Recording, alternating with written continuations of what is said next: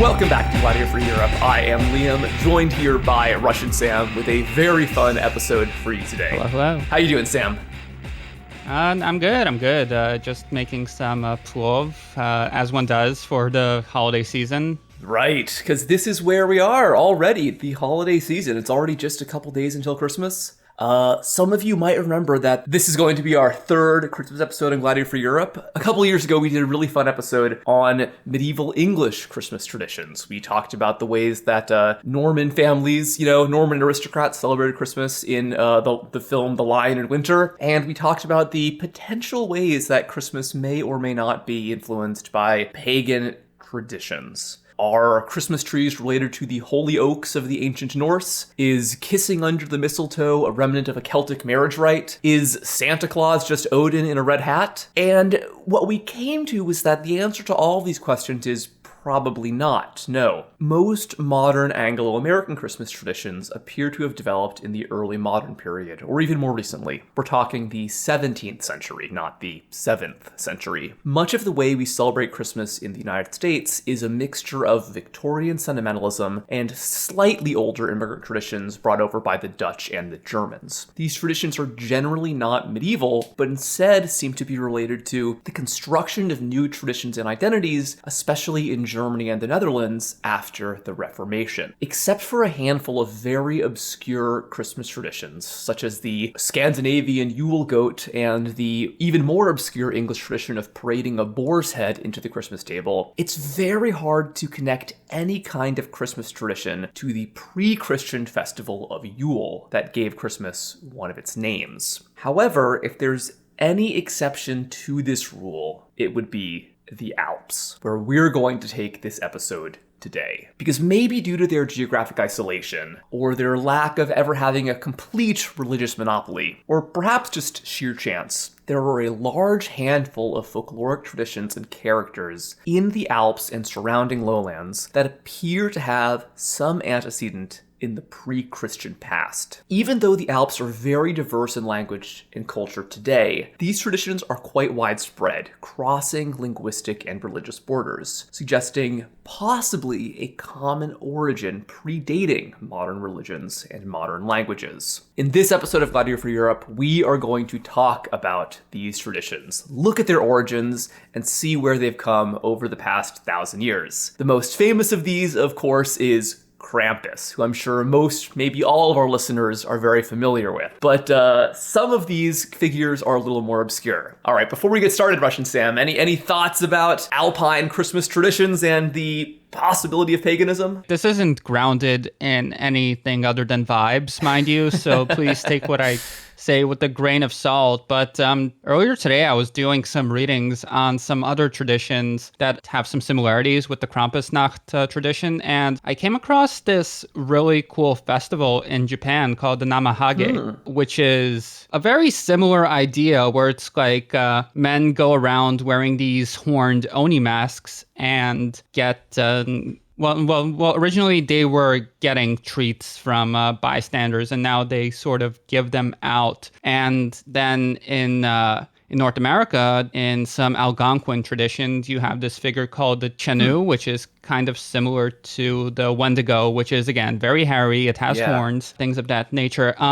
So what I'm getting at with this is I think that there's some kind of super ancient substrate behind these traditions that spread out both to Eurasia and the Americas, because we do know there are some elements of folklore that are shared that widely due to the influence of the ancestral Northern Eurasians. Yeah, I know that's been argued. That's there's not a lot of evidence there, but it's definitely an interesting kind of circumstantial hypothesis. Yeah, and this potentially this could be some kind of remnant of that. Absolutely. Mm-hmm. Yeah, so again, I haven't looked into this super deeply. I'm just spitballing here, but that's a potential avenue for any aspiring folklorist to explore, if you're so inclined. Yeah, and it's funny you mentioned, that like a lot of the assumptions of paganism, of a pagan origin, really comes from vibes. And I gotta say, it's like, when you see these festivals, like, I have not witnessed them firsthand, but everybody who's witnessed something like this, these festivals where people where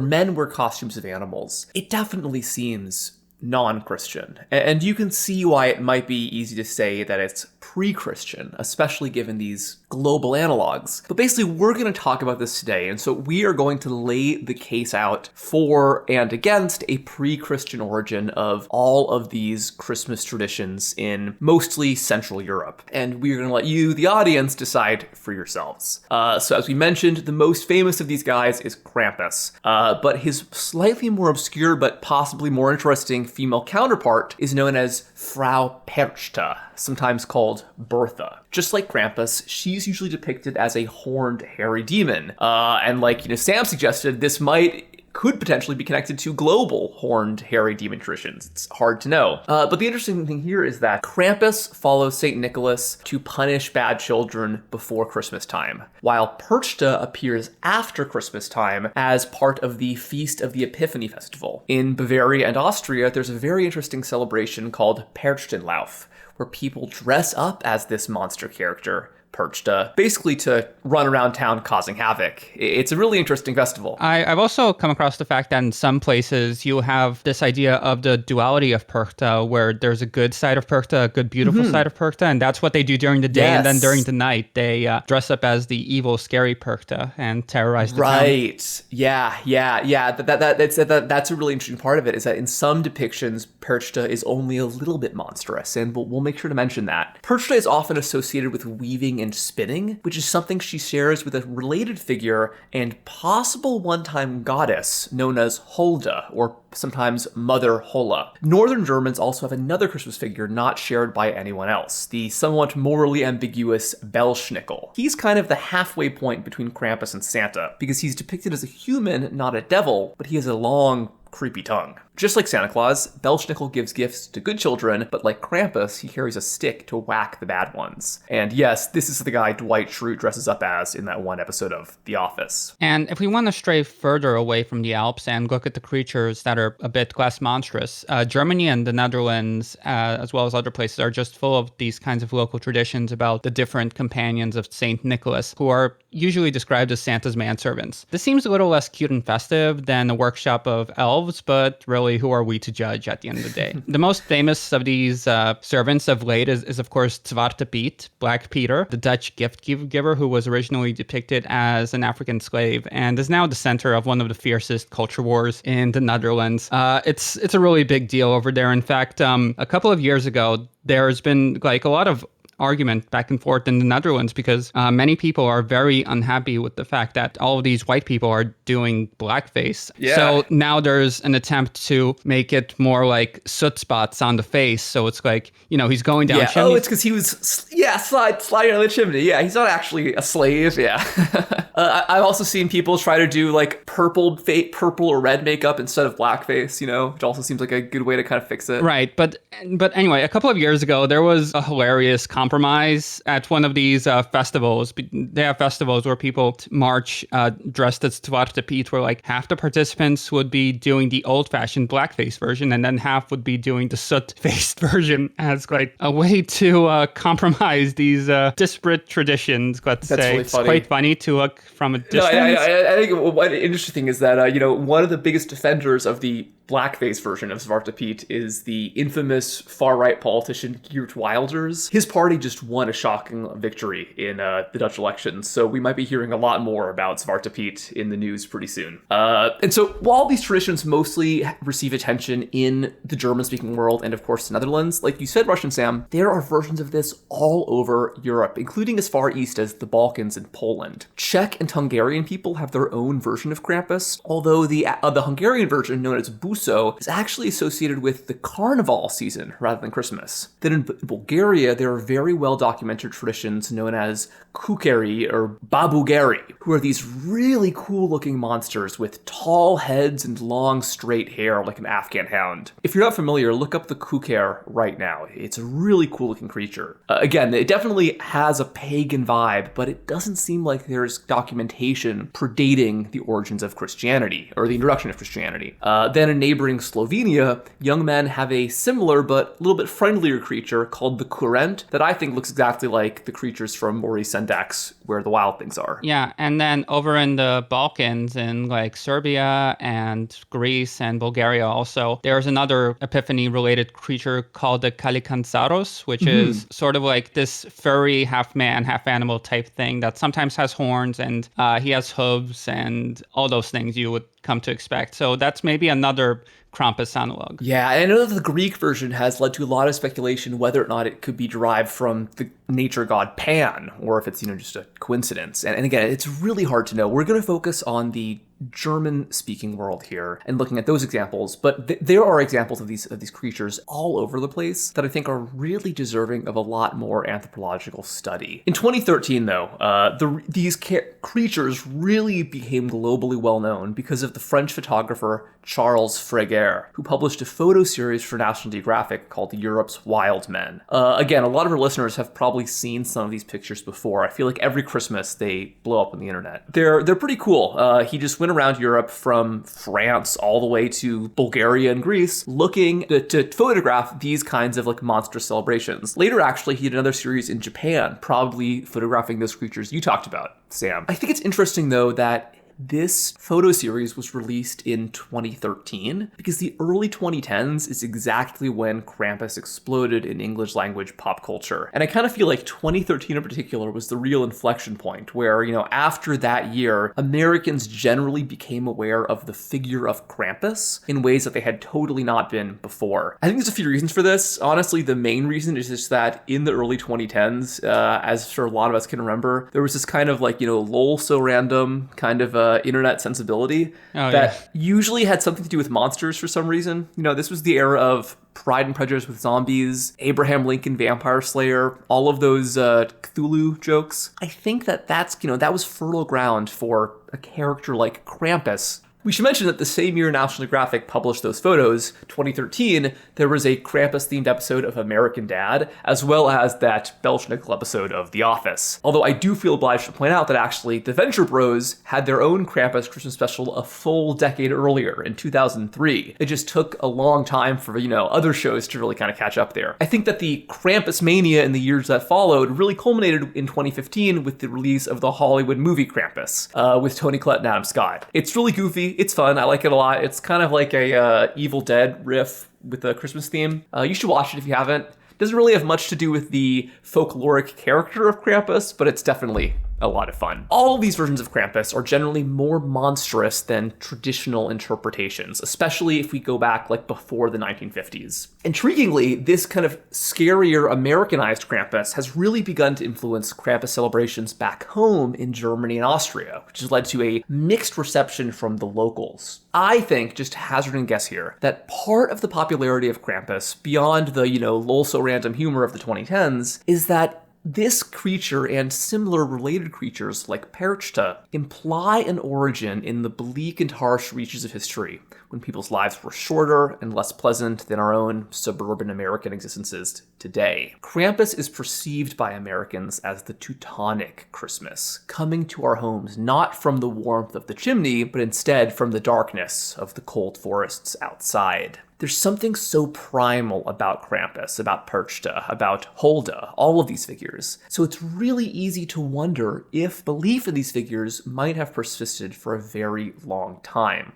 And for centuries, even before the time of the Brothers Grimm, who we're going to mention in this episode, people living in the mountains and surrounding lowlands wondered if Krampus and Perchta could not just be older than Santa Claus, but even older than Jesus Christ himself. Whether or not any of these figures have origins in pre-Christian deities has not yet been conclusively proven or disproven. We're just going to say right here, there are not going to be any hard answers to this question in this episode. But what I'll say is that the circumstantial evidence for a pagan background for these beings is much stronger than for any Anglo-American Christmas traditions, like Santa Claus or the Yule log. So the hard references to Krampus and Perchta are really only slightly older than the Anglo-American Christmas trees, but they are known from church condemnations in the early modern period that seem to imply that these creatures were much older. Hulda is the exception, however, because there's a continuity of references going back all the way to the 9th century in Germany, a time when Christianity was well established in southern Germany, but was only a recent import to the Rhineland. In northern Germany, in particular the North Sea reaches where the Saxons dwelled, Christianity had only recently been introduced, and it was coming at a point of a sword and met with very fierce resistance. So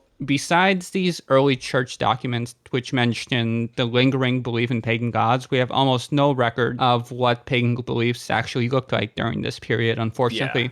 Which I think is actually something a lot of people don't realize. I think it's assumed often that our understanding of paganism is much, much stronger than it really is. Mm-hmm. Yeah, it's all very speculative and based on sources like the sagas and... Yeah. So we have the sagas, which are like, stories written down by Christians centuries later of the pagan beliefs of their ancestors. And then we have Roman records, which are a little bit too old and often don't really give us the kind of information we're looking for. Roman writers didn't have the same kind of anthropological priorities that we might today. Right, but they did get some rough sketches correct. Anyway, this means that rather than giving us a smoking gun to connect Krampus to some kind of pre-Christian demon or deity, the historical record only offers us hints. Right. And I think that if there are kind of lingering pagan vestiges in the Alps that don't survive in northern Germany or in England, I gotta think it's connected to the geography. Just because the Alps have a very different history from the lowlands of Europe and particularly in England. As a mountain people, the pre-modern peasants of Austria and Bavaria basically lived in these kind of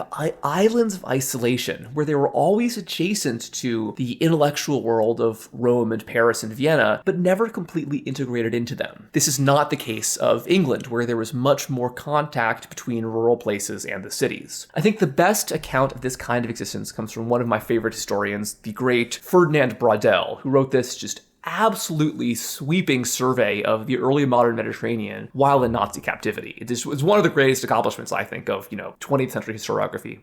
What he says here in his book, The World of the Mediterranean in the Time of Philip II, quote, "The mountains are, as a rule, apart from civilizations, which are an urban and lowland achievement. Their history is to have none, to remain always almost on the fringe of the great waves of civilization, even the longest and most persistent, which may spread over the great distances in the horizontal plane, but are powerless to move vertically when faced with an obstacle of a few hundred meters. To these hilltop worlds, out of touch with the towns, even Rome itself, in all its years of power, can have meant very little." And I want to add here that when he says Rome, I think he doesn't mean just the Roman Empire, but also the spiritual power of the Catholic Church, which is very relevant to this topic. A separate religious geography seems to emerge for the mountain world, which constantly has to be taken, conquered, and reconquered. Many minor facts encountered in traditional history take on a new meaning in this light. Braudel then uses the example of Corsica, which isn't part of the Alps, but has somewhat of a similar historical path, to show how when the Counter-Reformation, this great push to bring Catholic orthodoxy to all of Europe. When that got started in the 16th and 17th centuries, Catholic priests from Rome discovered that people in Corsica had very little exposure to mainline Catholic theology. If you want to give some examples, Russian Sam. Braudel goes on to write, quote, "They did not know the creed or the Lord's Prayer. Some did not even know how to make the sign of the cross. Superstitions fell on fertile ground. The island was idolatrous, barbaric, half-lost Christianity and civilization. Man was cruel, unmerciful to man. Killings took place even in churches, and the priests were not the last to take up the lance, the dagger, or the blunderbuss." So, in addition to taking part in these blood feuds, the Corsican priests of the 16th and 17th centuries were often illiterate. They usually had day jobs as farmers, and many would even have wives and families, which, of course, is in direct violation of the Catholic doctrine. Right. But this goes to show that, as late as the 17th century, very traditional and almost pre-Christian practices, at least basically non-Christian practices, had survived and existed parallel to Christian belief. Hell, they were still sending Catholic missionaries to Sicily in the 19th century, so that should give you some idea of how long this stuff would stick around in many places. Yeah, because this is what religion means in practice. It's that figures like Krampus and Perchta can exist alongside Catholic beliefs more easily than we might expect. But the next part here, I think, is really important. important, where Braudel continues that it is not surprising that the folklore of these high regions reveals primitive credulity. Magic practices and superstitions abound in everyday life, encouraging both religious enthusiasm and downright trickery. Widespread, irresistible outbreaks of diabolism swept through the old populations of Europe, holding them enthralled. And nowhere do these outbreaks occur more strongly than in the uplands, whose primitive isolation maintained them in backwardness. Sorcerers, witchcraft, primitive magic, and black masses were the flowerings of the ancient cultural subconsciousness, from which Western civilization could not entirely separate itself. The mountains were the favored refuge of these aberrant cults, which originated far back in time and persisted even after the Renaissance and the Reformation. At the end of the 16th century, there were innumerable magic mountains, stretching from Germany as far as the Milanese or Piedmontese Alps, from the Massif Central, seething with revolutionary and diabolical ferment. Yeah, wow, pretty intense stuff. So Braudel doesn't go so far as to say that these superstitions are pagan per se, although I think he's still more credulous about churchly claims about witchcraft than some historians might be today. So he takes at face value what might be propaganda of the Counter-Reformation, things like when he writes that, quote, everywhere the Black Sabbath seems to be a social and cultural a mental revolution for lack of a coherent social revolution. The devil seems to have been afoot in all the countries of Europe of the 16th century as the 16th century drew to a close, and even more in the first decades of the following century. Braudel goes on to provide high numbers of people arrested as witches and Satanists during this period of the Counter-Reformation as proof that organized Satanism really existed among the common people of this era. 12,000 alleged Satanists were arrested in the Basque Country alone in the 17th century, and many thousands were prosecuted or killed throughout the Holy Roman Empire. But if our only frame of reference are the words of these prosecutors, we really have no way of understanding what these people actually believed. Right. So historians of the 21st century are consequently much more careful about making claims about any kind of survival of pagan belief systems, and they usually require a very high burden of evidence to believe that a figure like Krampus might predate Christianity. This is partially because in the 20th century, the opposite was true. They really played fast and loose with the facts there.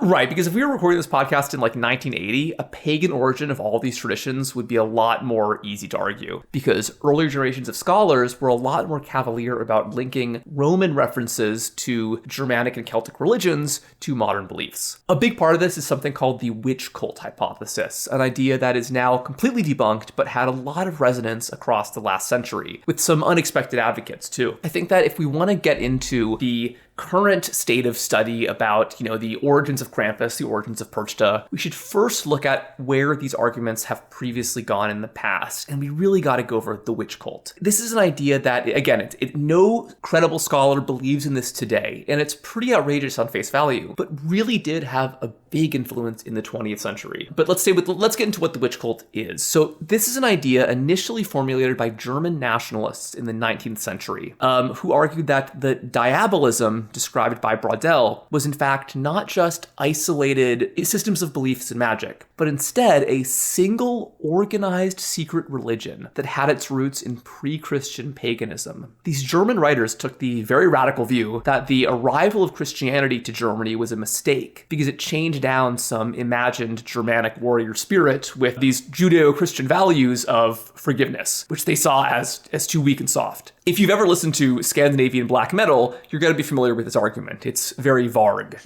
But it really came into shape not in Norway or Sweden or in Germany, but instead in England with the work of a woman named Margaret Murray. She was a very interesting and very controversial Egyptologist who developed a side interest in European folklore after reading King Arthur stories while recovering from an illness during World War I. So, Russian Sam, tell us, what exactly did she argue? So Murray, she made the very controversial and bold claim that most people accused of witchcraft in the early modern era were basically guilty in the sense that these were real witches. She didn't argue that they were practitioners of magic, but instead members of a, quote, definite religion with beliefs, rituals, and organization as highly developed as that of any other cult. This idea presupposes a continent-wide secret society, sort of like the Freemasons or the Illuminati, but going back thousands of years, past the time of Greece and Rome, and maybe even going all the way back to the Stone Age. Members of this religion, according to Murray, included the witches of Salem, as well as Joan of Arc. And Yeah, it's very Assassin's Creed. yeah, we should note that Murray was an early feminist, and a big part of her argument was that these secret societies were made up of women and largely used magical rituals to promote women's well-being and healthcare in particular, especially survival during pregnancy. She wasn't wrong that many women in patriarchal societies do have medical secrets and traditions not shared with men, but she was wrong to say that this was connected to the worship of an ancient mother goddess. She believed that the patriarchal Christian authorities mistook this mother goddess for Satan, when really she was Diana, the Roman huntress. A lesser god worshipped by the witches was the Horned Man, which she believed was represented in Gaulish mythology as Cernunnos, in Greek mythology as Pan and the Minotaur, and even in Egyptian mythology as Osiris. She had a lot of very interesting things to say. She even said that the kings of England, from William the Conqueror until James I, were all the heads of this witch cult. So because of statements like that, this theory was controversial even upon publication, but it was taken very seriously by some academics and adored by more fringe circles, such as the occultists surrounding Aleister Crowley. Most of our fans disregarded the feminist aspects to focus on others, however. The Nazis loved the witch cult idea, because the Nazi movement had a really strange relationship with Christianity, since they were so extreme in their anti-Semitism that the Jewish origins of Christianity were a problem, but on the other hand, they weren't able to do away with it entirely because such a large portion of their support base came from believing Christians. Yeah. And so consequently, they embraced the older idea that the Germanic peoples were constrained by Christianity in some quarters, now with an explicitly racial tinge, culminating in the Aryanization of the church, so-called, and they saw that the witch trials as a Christian and therefore a Jewish plot to crush the so-called Aryan souls of the Germans. The historian Stuart Clark says that this kind of nationalist historiography might make Nazi Germany the only pro-witch government in history. Yeah, no, it's kind of funny. Yeah, I feel like you don't want to overemphasize the Nazi elements of Margaret Murray's stuff too much because she had no role in that. That wasn't her fault. And most people who believed in her theories were very much not Nazis, but it's kind of interesting. And I think this gets to the fact that, like in neo-pagan circles today, there is this weird divide between white supremacist pagans and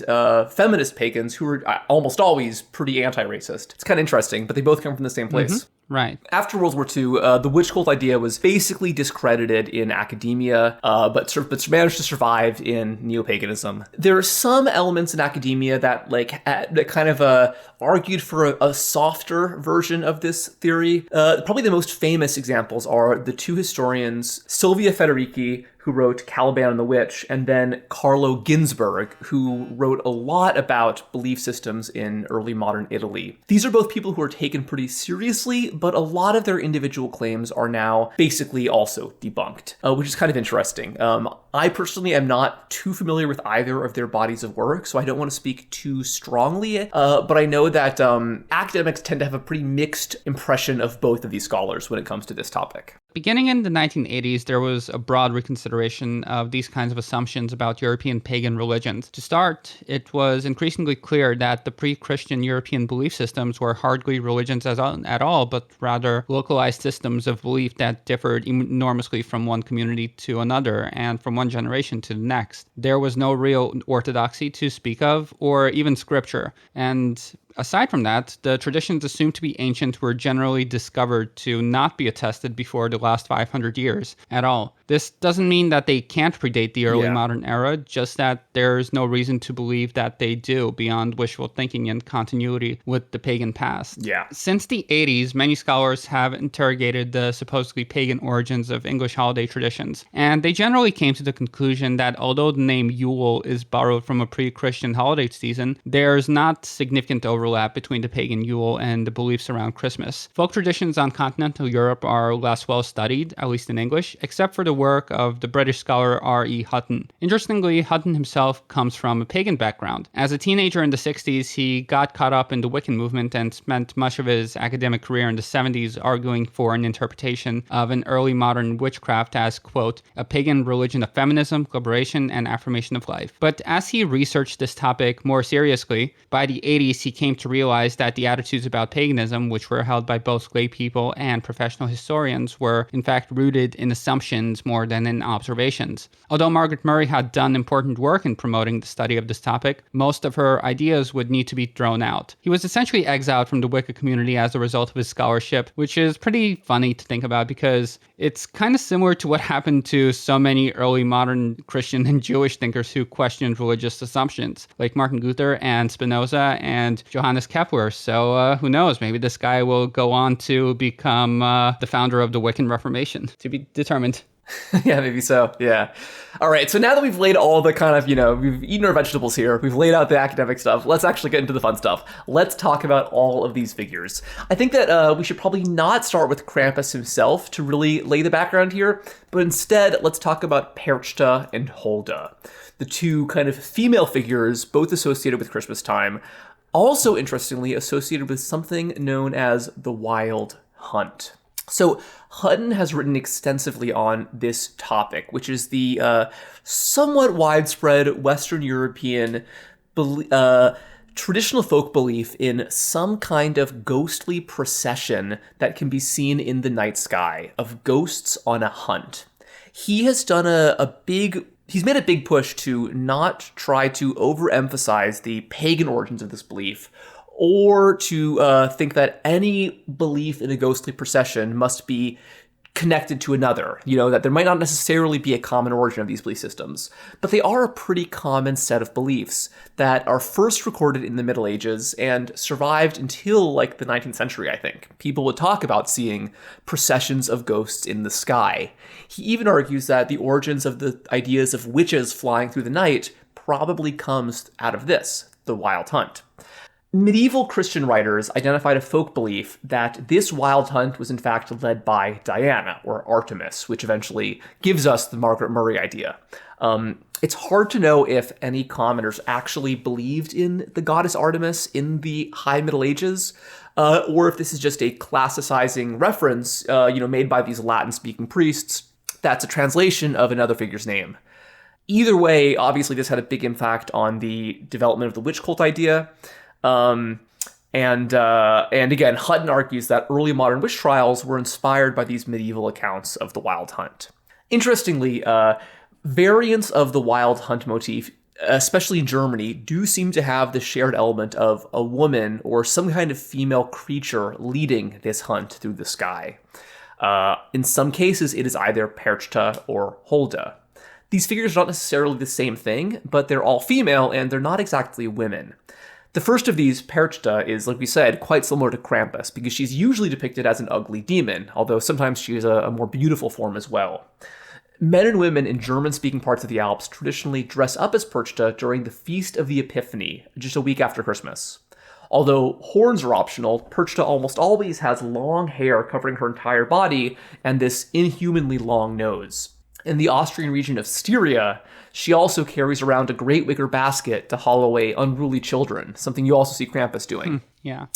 We should mention because, in addition to the Wild Hunt Association, she punishes bad children at Christmas time. And the fact that she's associated with these two very different folk beliefs is a big part of why many people have assumed she must be some kind of pagan goddess. But again, we can't necessarily assume this. Regardless, I think Perchta's a pretty fun character, especially because there's a celebration known as Perchtenlauf in Austria, where people dress up in that costume and just, wreak havoc in the streets. It's this really rowdy kind of festival. Sometimes the Perchta stories are less fun. In Styria, where she carries the wicker basket, she also has some pretty brutal habits, because sometimes she actually appears outside of the Christmas season to check if local housewives are keeping their floors clean. And according to legends, if a woman's house wasn't clean enough, Perchta would slice her open, fill the person's body with dust, and then sew her back up. Which, pretty gruesome stuff, I gotta say. Yeah. Kids were scared with a similar version around Christmas, and they would also traditionally leave some kind of food offering to Perchta on the night of, so that she doesn't spice them I up. think the sewing her back up part is interesting because the Brothers Grimm, who are one of our best sources on 19th century German folklore, they really emphasize the association with sewing because they were convinced this connected her to ancient Norse gods who had a sewing and spinning connection.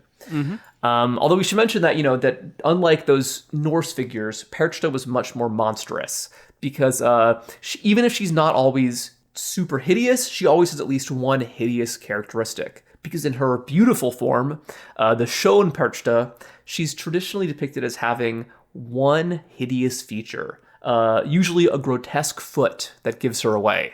So needless to say, Perchta would not have rated highly on WikiFeed. So the Brothers Grimm were convinced that Perchta had to be based on some kind of pre-Christian mythology, likely harkening back to an ancient goddess of the same name.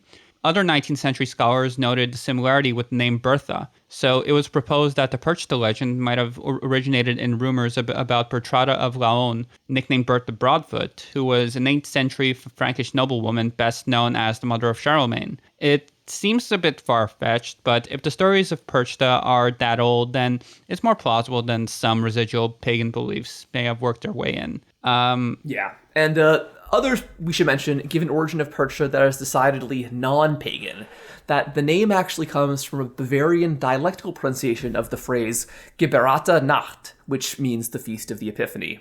This would then make the origin of Perchta completely a product of Christian culture and not something that predates it.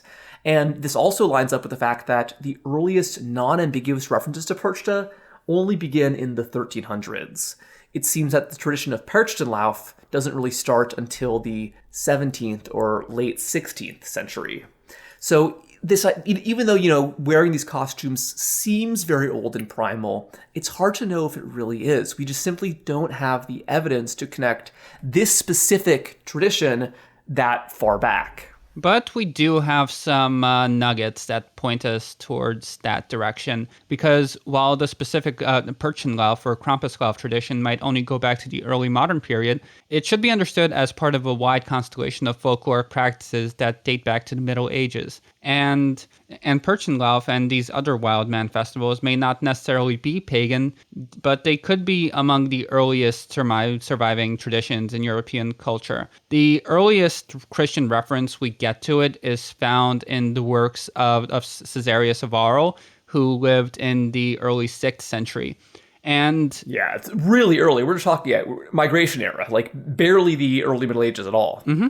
Yeah, and so Caesarius, he was complaining that on the calends of January, quote, there are some people who come to the birthday festivals of the martyrs for their sole purpose that they may destroy themselves and ruin others by intoxication, dancing, singing shameful songs, leading the choral dance, and pantomiming in devilish fashion. In yet another sermon, he wrote, quote, for what wise men can believe that men are found of sound mind if they are willing to make themselves a small stag or to be changed into the condition of wild beasts. Some are clothed in the skin of sheep, and others take the head of wild beasts, rejoicing and exulting that they have been transformed themselves into the appearance of animals in such a way as they do not seem to be men. Right, and that's why I think that in a way it's possible that all of these wild man traditions, from the Western Alps of Italy over to the Eastern Alps of Serbia, they could have their origins in the late culture of ancient Rome. Just ironically, that would mean that they're probably then not pagan, because the late Roman Empire was, of course, Christian. Mm-hmm. Yeah, and we do get some hints of continuity of these kinds of traditions, because 5 centuries later, a man named Burchard of Worms would write, quote, hast thou done anything like the pagans did and still do on the 1st of January in the guise of a stag or a calf? And if the person admitted to it, then he would give them a month of penance of bread and water diet for that duration to sort of make up for the sin. Right, and I think that despite the general trend of the Counter-Reformation cracking down on this kind of eccentricity, it actually seems like that with these beliefs, medieval clerics were more worried about them than Renaissance and early modern clerics were, which I think is kind of interesting. If you really want to, grasp at straws here. You could make the argument, without much evidence, that medieval priests were more worried about these practices than later priests because medieval priests were closer to the pagan past. And that maybe they knew that these practices really were based on some kind of pre-Christian traditions that later peoples did not know. I don't know. Again, this is all completely speculative. One thing that I think is kind of interesting, if we're talking about these early references to Perchta, one of our first unambiguous references comes from the late 16th century, because there's a site in the Austrian Alps known as the Grave of Perchta. Supposedly, this is where a group of revelers wearing Perchta costumes were confronted by peasants in the late 16th century. I think the year was 1576, I believe. And that the peasants, believing these people to be real demons, attacked them, killing one of these people dressed up as Perchta and burying them at the roadside in unhallowed ground.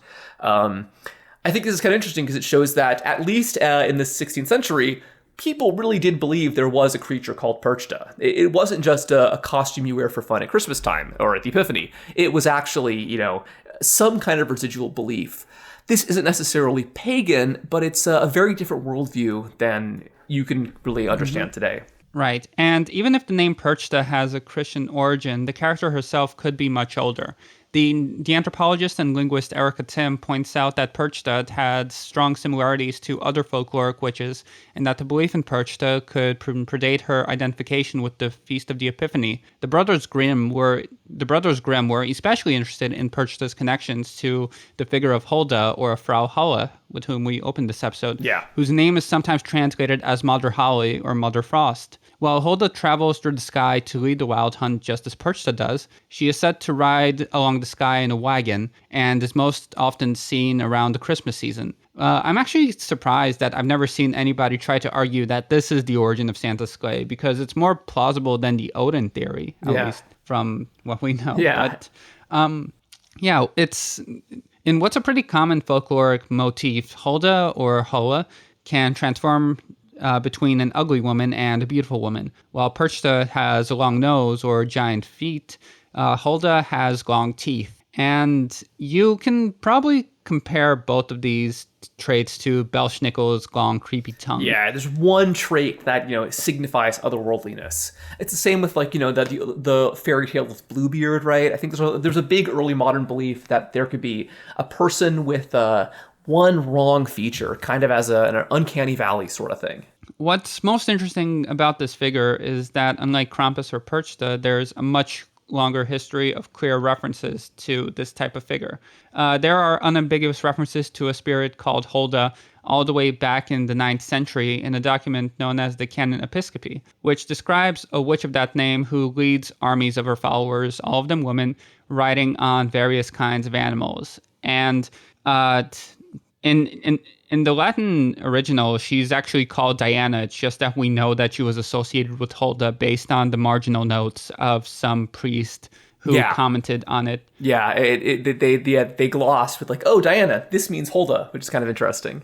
Yeah, so this looks a lot like the Wild Hunt, and although Hutton cautions us to note that there's nothing here about the spirits of the dead or about this happening in the sky, nevertheless, the early date of this reference does suggest that the belief in Hulda is very old and contemporary with many forms of paganism still surviving. Now, it seems that, interestingly, by the 12th century, it seems that Hulda had been seamlessly integrated into Christian worldview. She was no longer perceived as an evil witch whose celebrations should be stamped out by the church, but instead came to be part of the Christmas celebrations. Commoners were recorded as leaving an empty table in their house on Christmas night for Hulda to sit at and bless the upcoming New Year, which seems like a parallel for leaving out cookies for Santa, even if that's probably a coincidence. Right. And so, again, there's not a smoking gun here to suggest that Hulda was a pagan goddess who survived into the present in the form of a folkloric witch, but there's additional circumstantial evidence that I think is pretty compelling.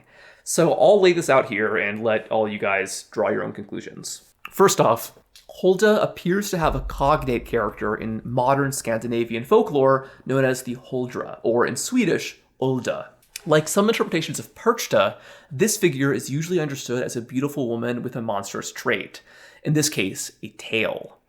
Scandinavia and Germany have been in contact for many hundreds of years, so it's possible that this story could have simply just spread from one of those countries to the other. You know, it could have been a story passed along through the Baltic trade networks of the Hanseatic League. It could have been spread during one of the wars that brought Swedish and Danish troops into Germany. But if you want to believe that instead these stories have a shared common origin in the ancient past, this common origin between the divergence of German and Scandinavian languages would have to go so far back that it would necessarily indicate some origin before the spread of Christianity. I think that is a very hard claim to argue, but it's not impossible that, the ancient Germanic peoples could have told a story that split in one direction into Hulda and the other direction to the Scandinavian Huldr. It's possible. I think more compelling is the fact that in the Icelandic sagas, there is a character named Huld, who isn't a goddess per se, but she's a human woman who's described as Odin's witch wife, who gave birth to 2 demigods with Odin. In one story, she uses her magic to kill a Swedish king, but does this by witch riding him.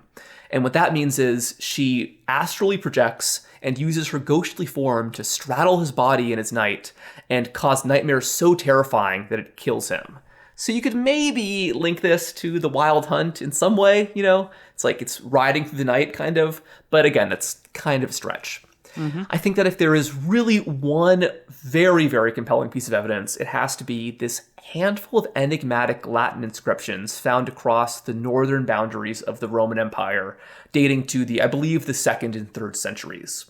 Because in Germany, the Netherlands, and Belgium, we have scant references to a goddess named Hludana, or in one case, simply Hlud. Linguists believe this name had to have entered Latin through an ancient Germanic language, suggesting it's probably an ancient Germanic goddess that is being recorded in Latin sources.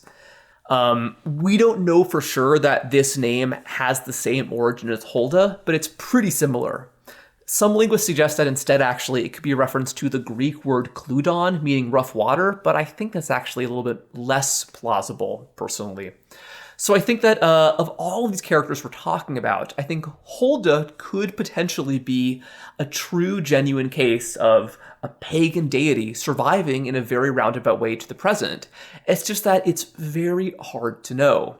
And unlike, what Margaret Murray suggested, the survival of a single folkloric figure does not imply any survival of organized paganism.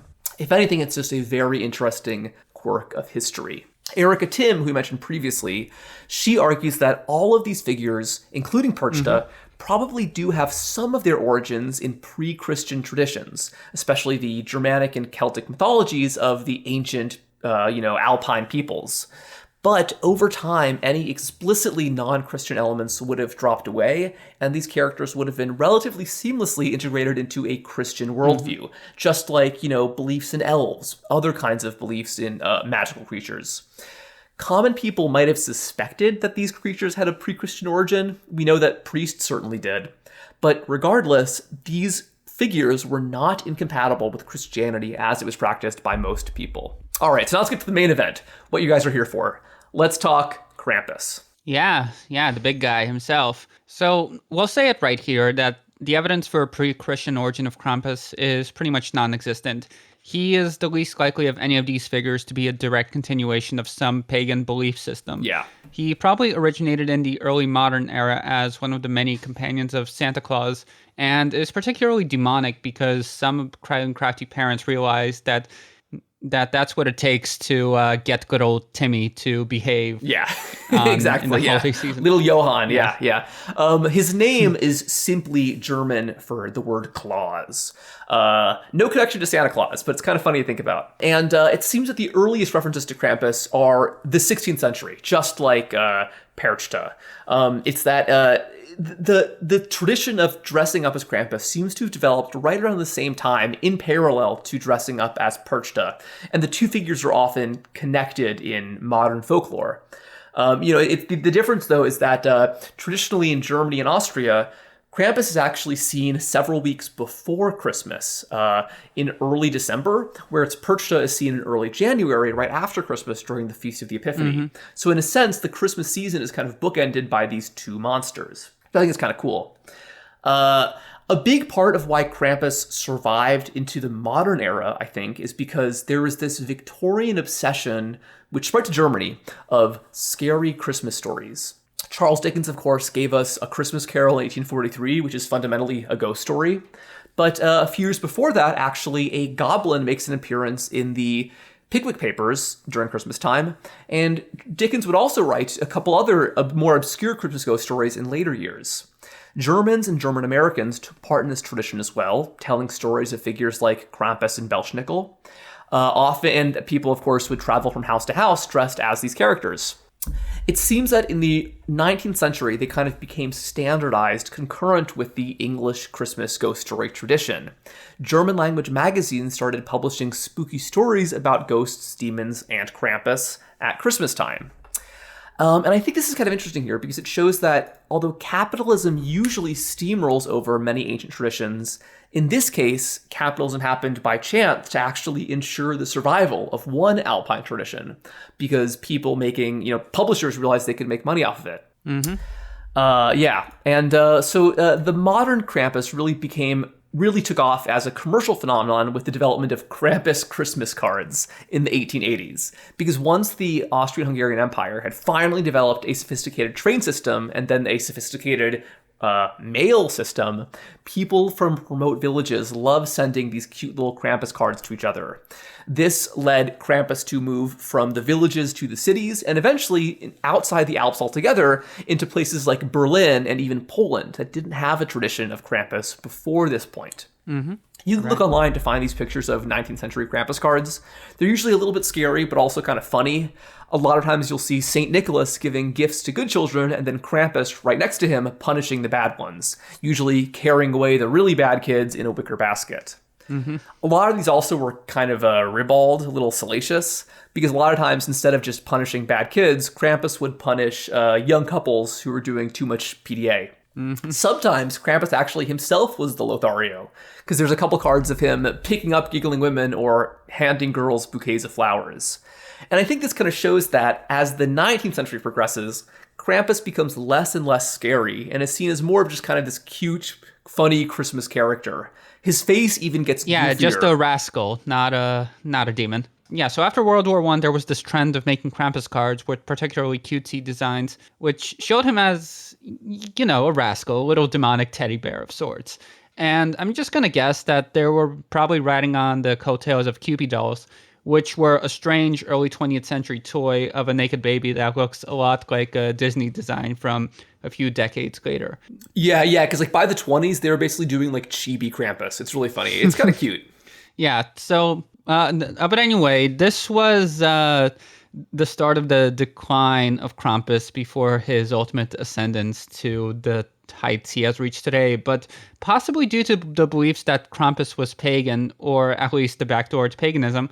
When the Catholic fascist regime of Engelbert Dollfuss seized Austria in the early 30s, any Krampus celebrations were banned. And as far as we could tell, the Nazis kept up this prohibition even after annexing Austria, despite their pretty different attitudes towards manifestations of traditional Germanic paganism. And then by the 50s, the government of Austria began spreading propaganda which tried to convince the parents of Austrian children to get rid of Krampus.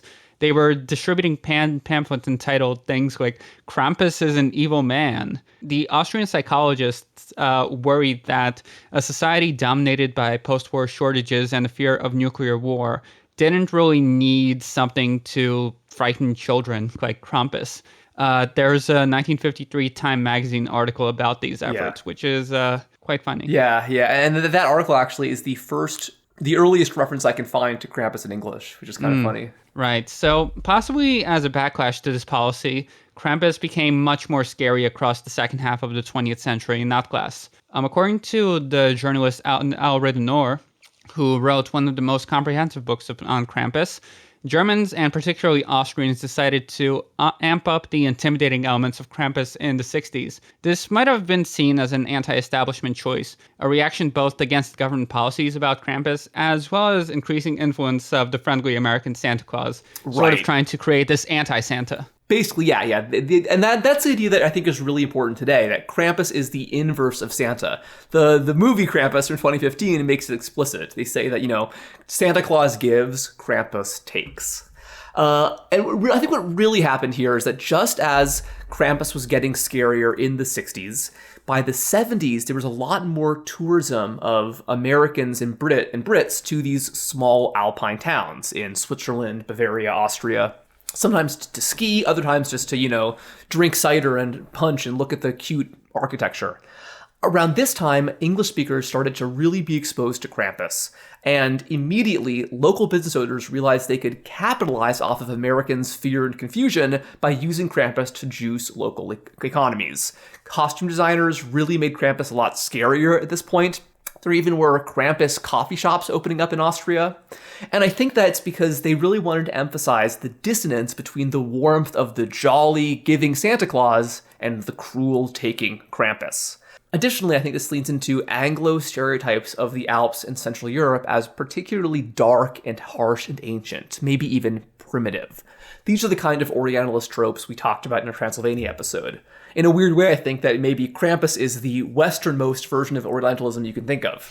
And so by the 1980s, there were small companies of Americans who were making much more realistic horror masks, usually out of rubber and latex, and sometimes for use in direct-to-VHS horror movies, and other times just for Halloween costumes. These companies realized that they had a market in the Alps, and they started making masks specifically for Christmas parades in Germany and Austria. Meanwhile, as the cosplay world gets more and more developed, these costumes more broadly get a lot more elaborate, which means that by the late 2000s, the Krampus masks are really demonic. Strongly influenced by American horror movies and video games with absolutely enormous horns, fangs, and scars, sometimes even glowing eyes built into the masks, to the extent that some towns in the Alps started banning any Krampus costumes that were too scary, too modern, or you could say too American. Right, I think they usually call this like the Amerikaner Krampus in Austria, this kind of design.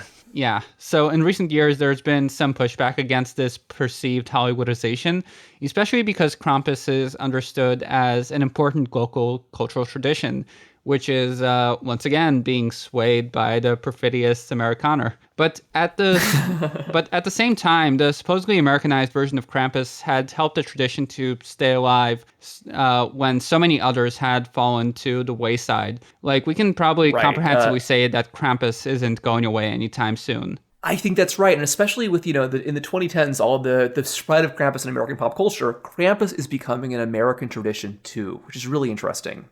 As Al Reidenauer puts it, I have not spoken to any participant involved in Krampus customs not eager to emphasize the traditionalism of their activities, and many jumped to offer respectful praise of the pristine preservation of customs in places like the town of Bad Gastein. But the fact remains, somebody is buying the new stuff. Just like the rock music aficionado who speaks admiringly of scratchy old 78s by Delta bluesmen, this praise may be more of a way to emphasize an understanding and deep-rooted appreciation for more contemporary reinterpretations. For instance, lip service to Robert Johnson paid by a fan of the Rolling Stones. Yeah, and it's mostly this version of Krampus that's increasingly become the American tradition.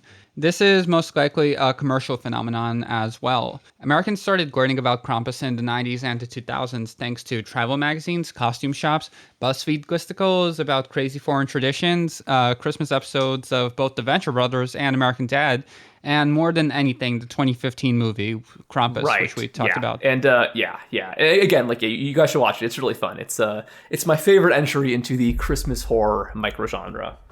As Reidenauer puts it, in the 20th century, Krampus arrived in English-speaking lands like a thing long awaited. The menacing old-world companion to St. Nicholas shocks us with his brutal threats of punishment for naughty children, but somehow he also seems inevitable.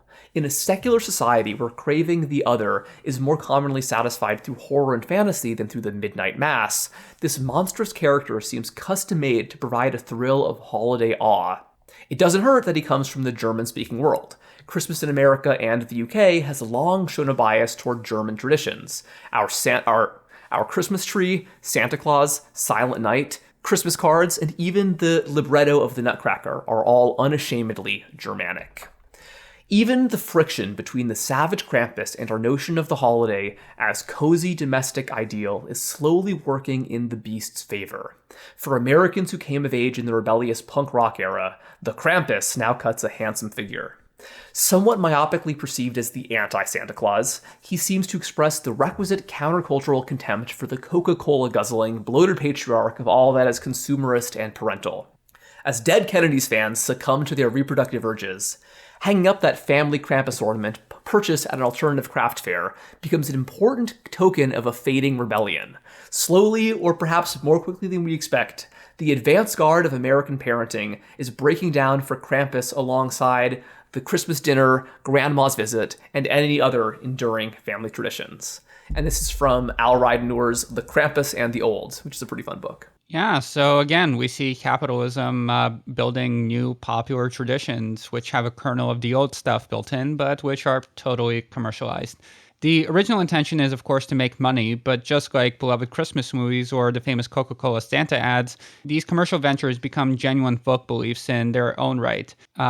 Just as the colonial Americans incorporated Dutch ideas about Sinterklaas into the older stories of Father Christmas, and then Rudolph went on from being a pop song to part of the Christmas pantheon, Krampus is slowly becoming part of the American mythos of Christmas. Even though this cultural transmission happened through capitalistic marketing, it's still a genuine cultural transmission. So I'm sure that there's a small number of kids in America today who genuinely believe in Krampus, just as children in Austria and Germany do. Right. And that's why I think, to kind of close this all off, now that we've talked about all of these figures, Krampus, Belschnickel, Hulda, if we're asking if these characters are pagan, I think in a weird way, you could say that Krampus might be the most pagan of all of them, because unlike the others, even though he might have the most recent origin, in practice, stories about Krampus and a genuine belief in Krampus seem to be spreading in America in the same ways that pagan deities once spread across Europe, like the cult of Isis entering ancient Rome. The only difference is the only people who believe in Krampus are all born after 2016. They're small children. But it is kind of interesting that this figure lives again in the minds of, the youngest among us. And I think it's kind of interesting to see this happen because usually this is a time when folk beliefs are sliding away. But as a result of capitalism, as a funny consequence you wouldn't expect, this one belief is becoming stronger. And no, actually, I think it's very interesting. So again, these traditions in the Alps, I think, are deserving of a lot more study, particularly in English. I think that if you're trying to look at the ways, if you're using these traditions to learn more about pre-Christian traditions, you're mostly going to be out of luck because any connections to genuine paganism are so old and indirect.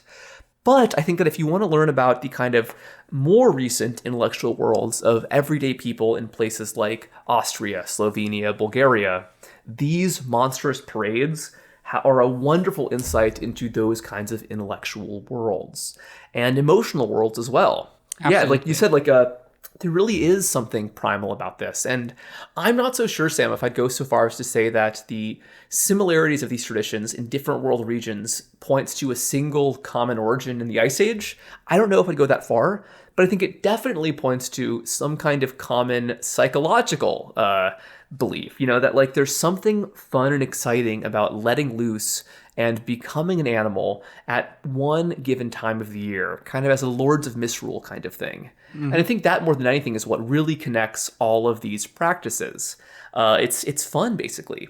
And, it's that in America now, for the last 20 years, a lot of Christian conservatives have really made a big emphasis to put the Christ back in Christmas. But I think that the secular elements of celebration are really just as old as the religious elements. Christmas has always been about having fun, and it's even all about getting scared. So I think that even if something like the 2015 Krampus movie is the ultimate example of the commercialization of these old traditions, It's also a very traditional way to celebrate Christmas. All right, well, thank you guys for joining us. Any closing thoughts on these characters, Sam? Yeah, all right. Well, it's going to be the Christmas soon. If you're in the mood to celebrate, Merry Christmas. If you're not the Christmas celebrator, then Happy New Year in the Soviet style. And have a lot of fun sharing Krampus with your friends and loved ones and younger members of your family. If you're going to be doing some kind of Krampus-themed thing for this year, then please get in touch with us and let us know, because we'd love to hear about it. Yeah, we'd love to hear. Yes, and make sure also that keep your floors clean, because you don't want Holda to slice you open and fill you with dust. Yeah, all right. Take care.